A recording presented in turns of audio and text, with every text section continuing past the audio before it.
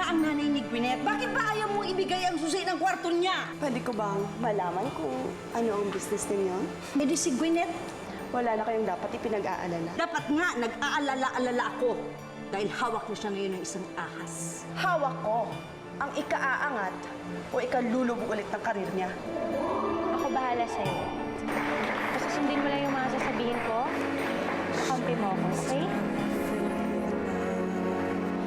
Daylight, it came so fast, and the night it came to pass. Even stars, they fade away, but my little friend, please stay. Little star, Si Gwyneth? star, my one dream is to be. Ayoko makuha niya sa akin ng anak ko. Ayoko mawala sa akin sa ninyo. Sobra ka na eh. Hindi kita mapapatawad sa mga pinagagawa mo. Sisira ka niya ng bait. Teo, sisisihan mo today. Sisisi ka. Tingnan mo nga naman, ano? Mayroon pang naloko-loko sa'yo. Talagang naniniwala lang sila sa talento ko. Mabuti naman at nagamit mo pa lahat ng itinuro ko sa'yo. I'm sorry, Ma. Pero higit pa sa itinuro mo sa akin ang pinakita ko ngayon. Ba hindi mo patapatin yung bata? Ipakilala sa tatay niya. Dahil ikaw ang tunay niyang anak. Anak ko si Nino. Anak ko siya. Ba't mo nagawa sa amin to? Bakit mo ako nagawang lokohin? Magsinungaling ka sa akin. Ilang beses kong tinanong. Ilang beses ka nagsinungaling. Ellen, 5 taon. 5 taon na nang wala sa amin, ah. Ba't mo nagawa sa akin to? Dahil alam kong hindi mo kayang panindigan yan. Nung mga panahon na yun. Sinabi sa akin ni Bianca, na ikakasal na kayo. Magkakaroon na kayo ng sarili niyong pamilya. Hindi ko na alam gagawin ko. At ayoko nang guluhin ang buhay mo. Pero ngayon, lumiliit na yung mundo namin. Nandito na rin ang tunay niyang ina. Si Gwyneth? Nakita ba niya si Gwyneth? Oo!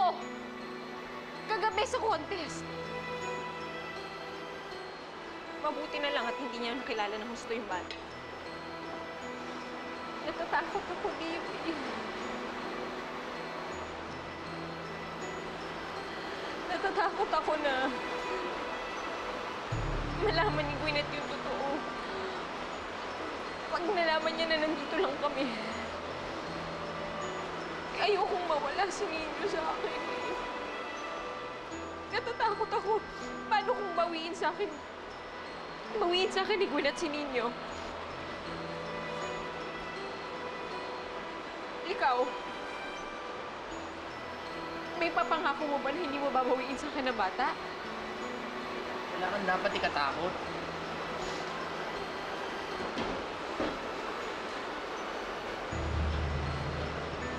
Wala kang dapat pag-alala.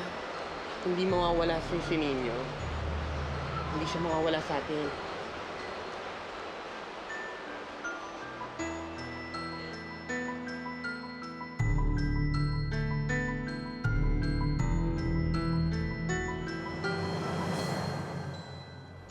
Ilang beses sumagi sa isip ko. Sana nga anak ko na nga lang siya. Nung una ko pala siya makita. Nung una ko pala sabihin sa akin na ako ang tatay niya. Hindi na ako nagdalawang isip. Hindi ko malaman kung dahil ba hawak-hawak mo siya ng mga oras na yun o talagang nararamdaman ko lang na akin talaga siya.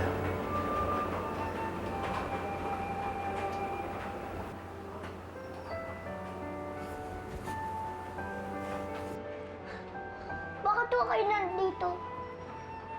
Bakit po siya nandito, Nay? Ninyo? Anak, Huwag niyo po akong tawaging anak. Hindi ko naman po kayo totoong tatay, di ba? Tsaka ang totoong tatay,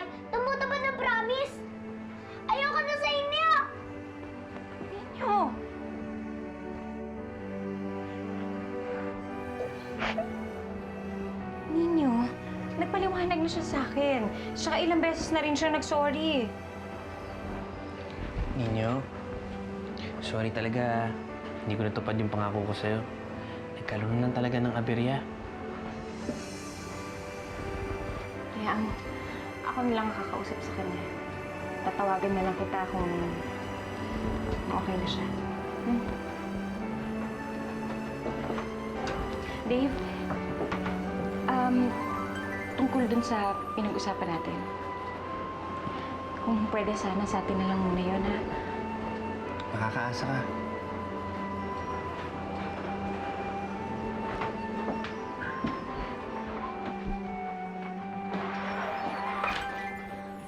Bakit po? Bati na kayo ni Ninong? Ninyo, maiintindihan mo rin, ha? Maiintindihan mo rin.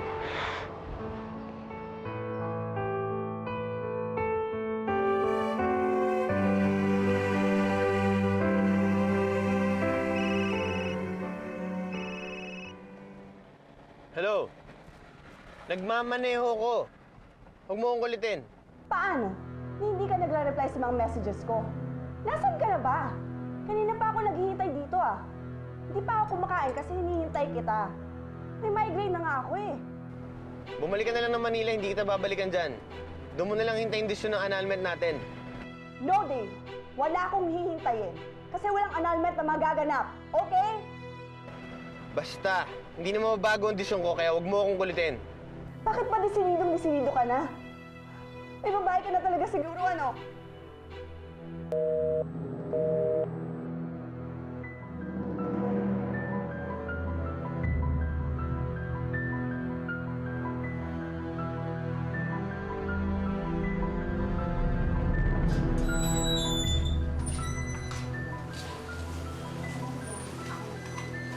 Basta. Ayos lang. Ang balita. Maganda. Sigurado matutuwa ka. Yung Helen na pinapahanap mo, nasa Laguna lang pala.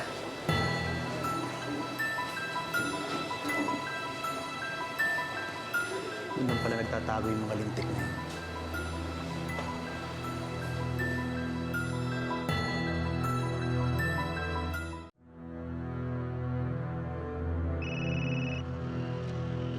Hello, Borg. Tama-tama. Iwan ko muna sa'yo lahat ng pending projects ko. Ikaw muna ang bahala. Lilipat lang ako ng hotel, hindi ako babalik na Manila. Nabalta ako si Gwyneth at si Bianca na sa iisang hotel eh. So, nagkita-kita na pala kayo. Pare, mas delikado yung ginagawa mo eh. Bumalik ka na lang kaya dito. Borg, hindi ko iiwan si Helen. Sila Helen na naman? Ano ba talaga nangyayari dyan? Pati ba naman ikaw nangungulit? Basta ganito, huwag mo na sabihin kahit kanino na nandito pa ako. Okay, please. O, sige, bye.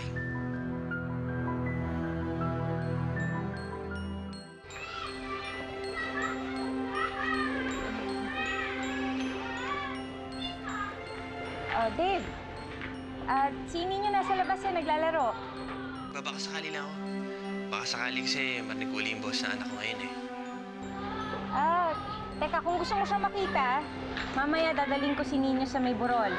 Puntahan mo na lang kami doon kung gusto mo siya makita. O, sige. Salamat.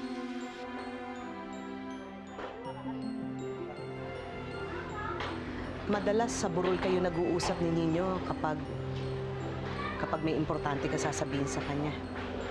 Sasabihin mo na ba sa kanya ang totoo, Helen? Kasabay ng saya, nakita ko na nasaktan din si Dave sa nangyari. Nung nalaman niya yung totoo.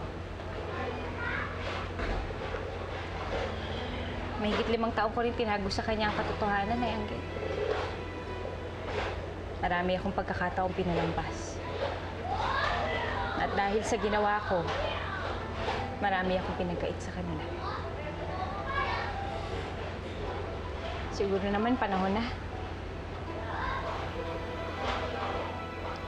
Dahil kahit ano naman gawin ko, hindi ko matatakbuhan ng katotohanan eh.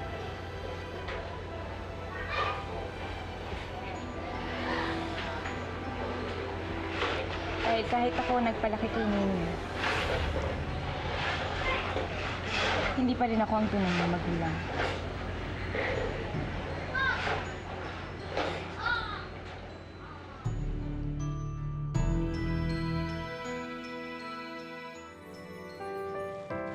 Anak, naalala mo ba nung maliit ka pa? Nung mas maliit ka pa dyan, parati mo sinasabi sa akin na sana kasama natin ang tatay mo. Pag ganito, pag nagpipiknik tayo, pag lumalabas. Diba? Opo. Ingat na ingat nga po kasi ako kay Bocho. Pag umuwi yung tatay nila galing Saudi, hindi lang sila nagpipiknik. Naliligo pa sila sa ilog. Tapos, nagpapala pa ng saranggola. Naiintindihan ko naman, anak. Gusto ko lang naman po kasi na makita na ako sa TV. Tapos, baka puntahan niya ako. Kahit dalaw lang po, Nay. Matutuwa na po ako. Paano kung sabihin ko sa'yo na nakita ka na niya? At hindi lang siya nandito para dalawin ka, kundi para makasama ka. Talaga po, Nay? Inasan siya? Nakausap niyo po ba siya? Nagpunta po ba siya sa bahay? Kailan po niya ako nakita, Nay? Kagabi nung isang araw ko lang po, Nay. Naku, siguro hayaan ko na lang na siya ang magpaliwanag sa'yo. Darating po siya ngayon! Magkikita po kami! Yes, yes! Makikita ko ng tatay ko! One day I know they'll see I am not them, I am me. Last night a little star smiled at me from afar, looking down from above. Dave, ano po? Sunlight filled with love. Daylight, it came so fast, and the night it came to pass. Even stars they fade away, but my little friend, please stay.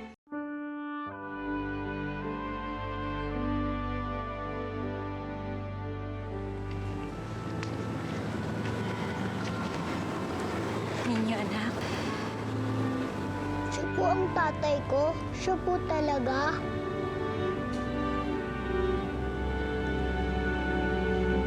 Bakit po ganon? Nung una galit kayo sa kanya. Ayaw niyo pang tawagin ko siyang tatay. Tapos, siya pala ang tatay ko.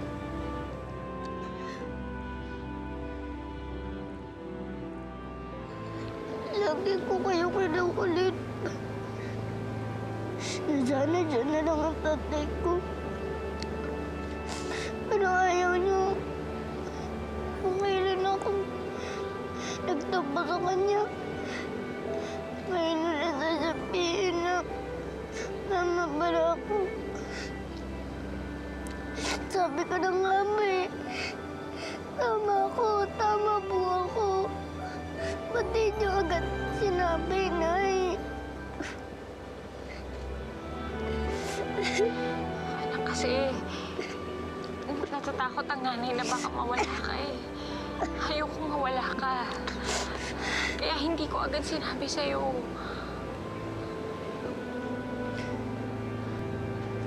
Hindi na din po alam. Pero naiintindihan ko kung bakit hindi agad sinabi sa akin ng mami mo. Magulo pa kasi ang sitwasyon eh. Dahil hindi po si nanay ang asawa niyo. Kasama na rin yun. Pero ang importante, magkasama at magkakilala tayo. Hindi ka ba natutuwa? Ako, sobrang saya ko.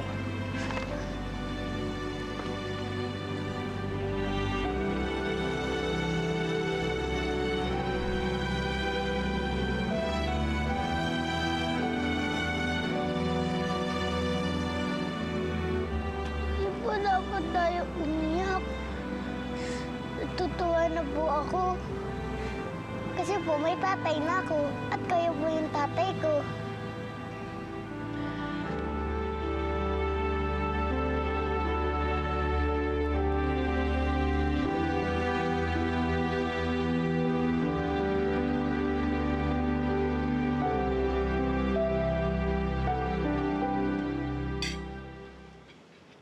Oh, bakit ayaw mo ba ng pagkain? Ha? Hintayin ko po si Ninong. Si tatay pala. Ang tagal naman niya. Naku, eto naman. May binili lang sandali yun, babalik agad yun. Sandali pa lang kayo nagkakahiwalay, kayo naman. Nay, salamat po ah. Salamat po may tatay na ako. Nay, may sasabihin po ako. Ano yun? Nay, ito po yung pinakamasaya kong araw sa buong buhay ko. Sana po lagi tayong ganito. Ay, naku, huwag ka mag-alala, anak. Ha? Pipilitin ko. Pipilitin kong maging masaya ang ano.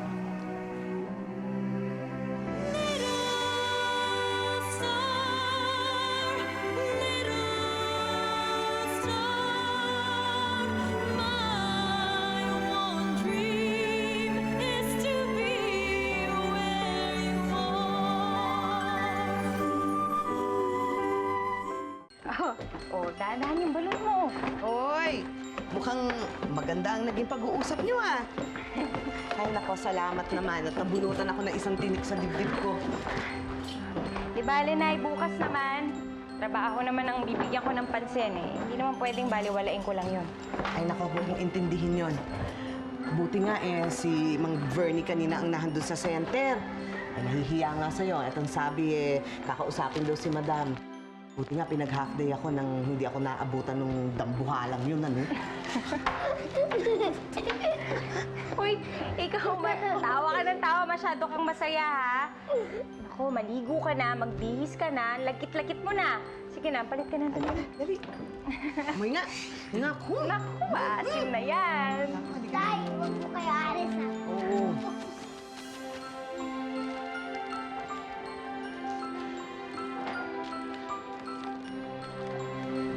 O, bakit nakangiti ka?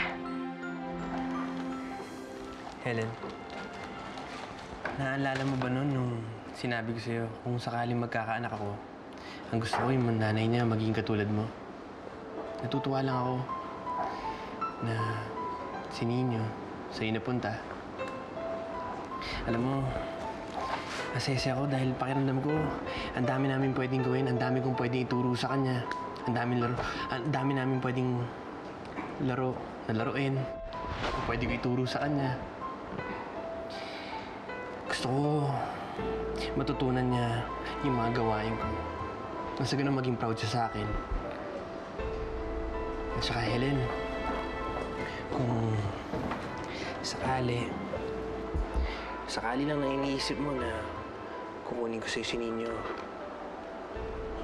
hindi ko gagawin yan.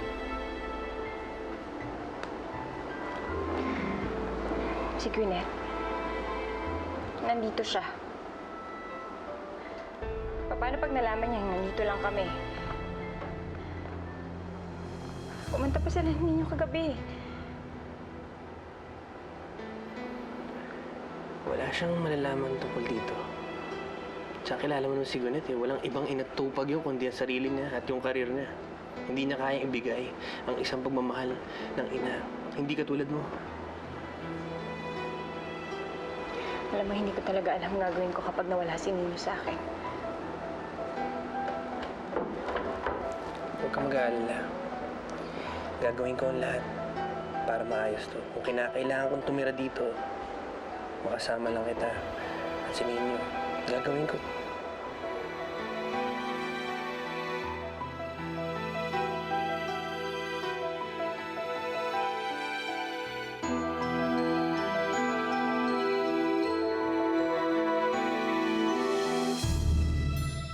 Baka naman tinatago mo siya sa akin, Borge. Mas nauna pa nga siya umalis sa akin eh. Actually, papunta na ako sa studio niya.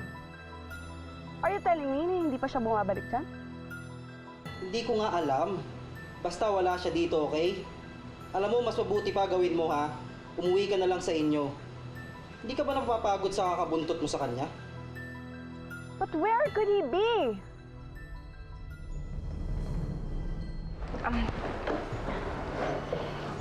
Dave, marami pa tayong dapat asikasuhin para sa kapakanan ni Nino. Hindi na dapat natin inuuna yung mga sarili natin. Helen. Dave, may asawa ka. Sa mata ng Diyos, sa mata ng mga tao, sa mata ng anak mo. Kasal ka sa ibang babae, yan ba ang gusto mong ituro sa kanya? Dave, magulo pa ang sitwasyon ngayon. Huwag na nating dagdagan pa.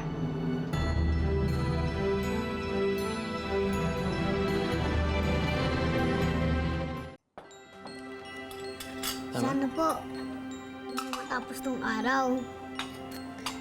Gusto ko po laging ganito. Kaya mo, bukas, ipapasyal kita uli. Tapos, ipapasyal kita araw-araw hanggang sa magsawa ka. Ay, naku naman, baka naman ma-spoil yung batang yan, ha? Masisi mo ba ako? Eh, miss na miss ko to eh. Na-miss ko talaga eh. Oo nga, Nay. Tsaka pagkakataon ko na po ito magpa-spoil. Naku, ikaw loko ka talagang bata ka. Nanang-mana ka sa tatay mo. Mana rin po ako sa inyo kay nanay ko. Siyempre naman, nagmana ka sa amin dalawa. Yung kagwapuhan mo, nakuha mo sa tatay mo. Yung kabaitan naman ng loob mo, nakuha mo naman sa nanay mo. Nako, siya, tama na ang bulahan. Ninyo, gabi na. Kailangan na umuwi ng tatay mo. Ha? Alis pa siya? Bakit dito na lang siya matulog? Eh, hindi pwede. Please, Nay. Huwag na kayo mahiya. Sige na, please, Nay. Dito na po matulog ulit si Ninong. Tabi-tabi po tayo para mas masaya. Nay, sige na, please. Hoy, anong kaguluhan yan, ha, ninyo? Ikaw talaga.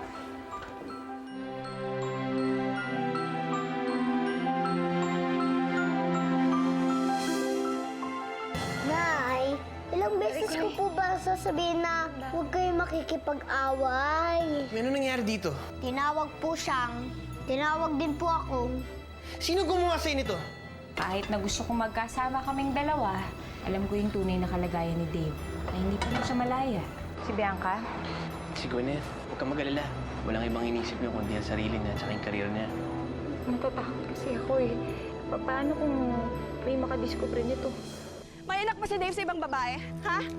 Walang ibang taong makakaalam kung hindi tayo at ang anak natin si Nino. Kayang-kaya kitang sirain. Tatanungin kita ulit. May anak ba si Dave sa ibang babae? Hello? Opo. Bigay ni Tatay Dave? Sino po kayo?